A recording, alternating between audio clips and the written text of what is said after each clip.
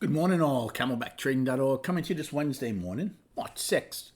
Looking at Window Trader's market profile of the ES and NQ. A lot going on here these last couple of days, right? Gaps above, gaps below, trend days.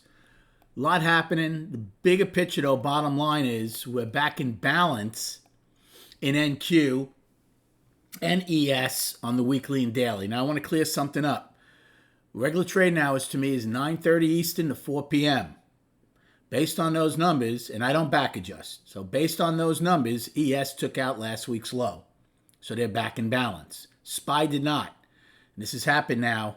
So far, this has happened 3 times in like the last bunch of weeks, 8 weeks or so.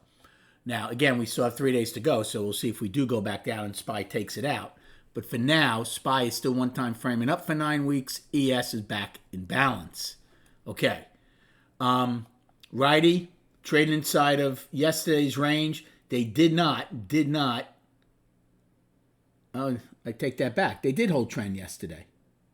They held a little bit of single print. So right now they're in the upper distribution. So we'll see if they take that back. ES and NQ also above yesterday's single prints. We'll see if we open up in the upper distribution. There's still 70 minutes to go. More importantly, there's a lot of more crap out today. At 10 o'clock, you got the JOLTS job openings. The most important thing to me is you have Powell testifying both today and tomorrow at 10 a.m. Eastern Time. And then you have the Beige Book, more economic conditions at 2 p.m.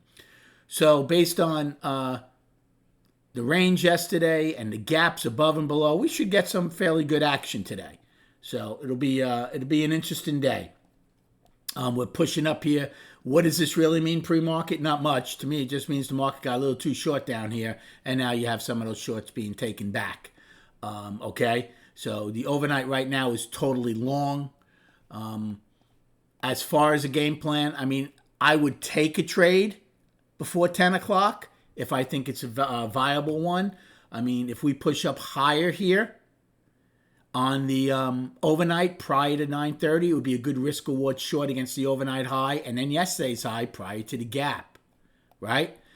On the flip side, if we do get the overnight high and then push back, I would look for long against the upper end of the lower distribution now, since we would have higher value and you got the overnight high already. If we didn't get the overnight high, I'd be a little more cautious. I might still take that long, but with not as much confidence. So those are 2 early plays. In the next 70 minutes, if we open below F's high, you can take a short against that and then use, well, the single prints are rather large, so it depends on how much heat you want to take in the single prints. That's a play. And again, in the next 70 minutes, if we open inside a gap into a gap, then you have to decide, is it worth a long against this gap to fill the one from yesterday, or is it worth a short to hold this gap and fill the one today? These are all things, it's a chess game. You have to think 2, 3, 4 steps ahead. All those trades are viable as long as you have a stop somewhere, right? This is what I preach to people. The reason for the trade, you stop before you even place the trade, and then your targets. Those 3 things are going to keep you grounded. Okay? And then on the chart, so here's the weekly.